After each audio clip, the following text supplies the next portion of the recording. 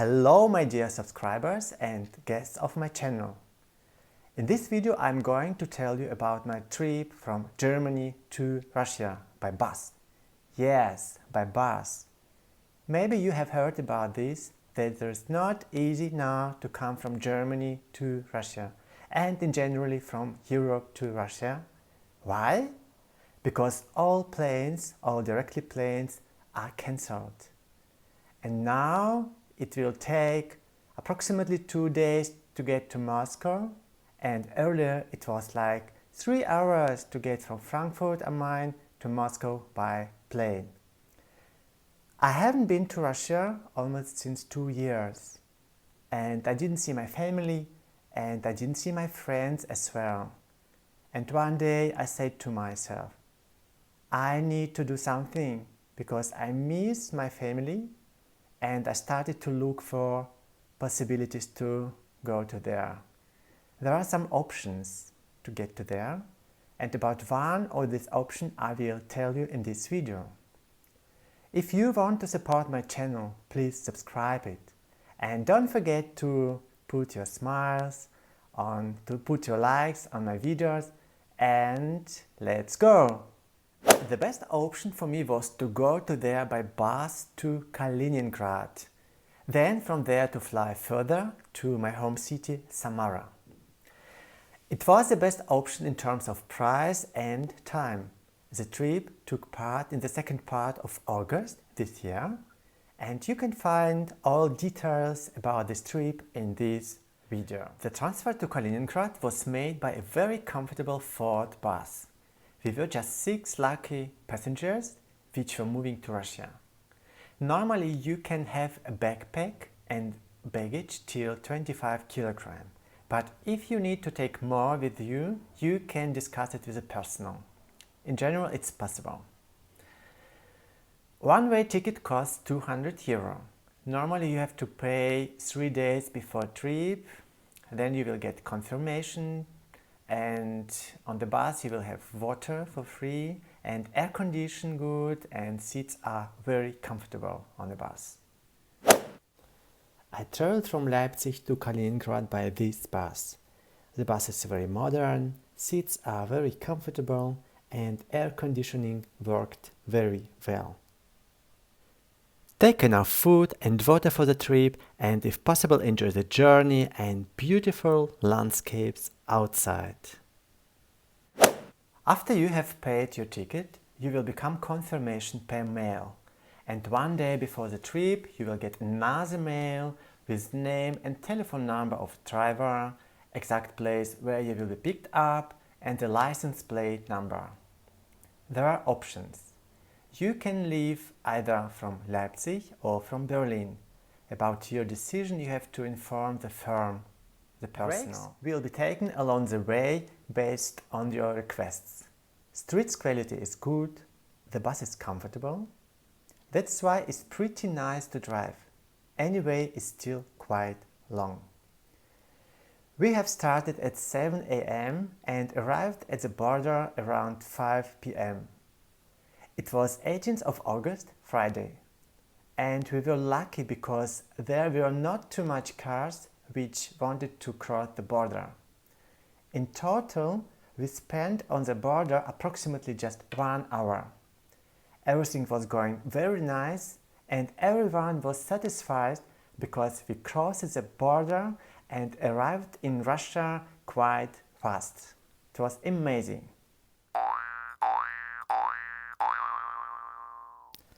Some Russian customs officers even didn't check our Russian passports because they saw that they were Russian passports. Arrival point in Kaliningrad was in the southwestern part of the city. It will take approximately 20 minutes to get to the city center by car or 35 minutes to get to the airport if streets are not too busy. You can order Yandex Taxi. It is the best Russian taxi service, online or in application. It's cheap and high quality. The place where we arrived is called Friday Center. It's a hotel. You can also book a room in this hotel by personal if you want to stay for a couple of days in Kaliningrad. Of course, you can also book yourself. All links you can find under this video. This is the arrival point at the Hotel Friday Center. You can easily book a hotel room by the transfer company. The return journey follows the same pattern. You will be picked up at the center, Friday Center Hotel, and then you drive back to Berlin or to Leipzig. On the way back, the border control was stricter and it took in total around 2.5 hours.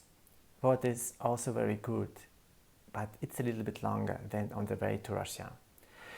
There were cases when one bus spent at the border around 10 hours, and I think it's really horror to stay there like 10 hours.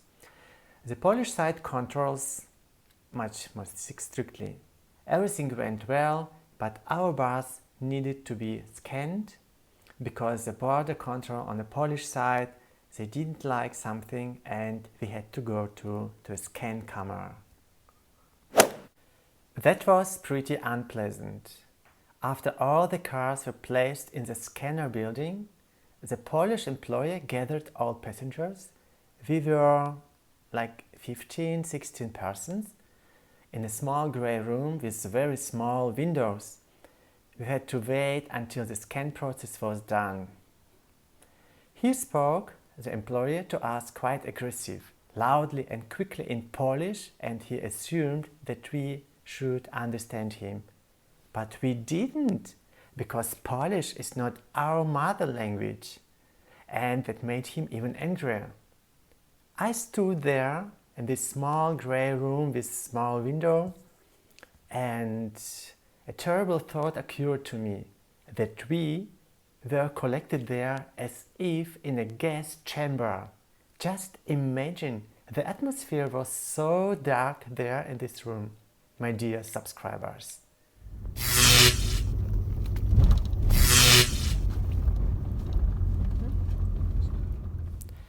In this building, cars will be scanned. Cars drive in, passengers get out, and that takes until the scanning process is completed. That's why I was very happy when we were done with the scanning process and actually could go on back to Germany. I forgot to mention an important moment. When entering Russia, you are only allowed to have with you 300 euro in cash, according to the European law.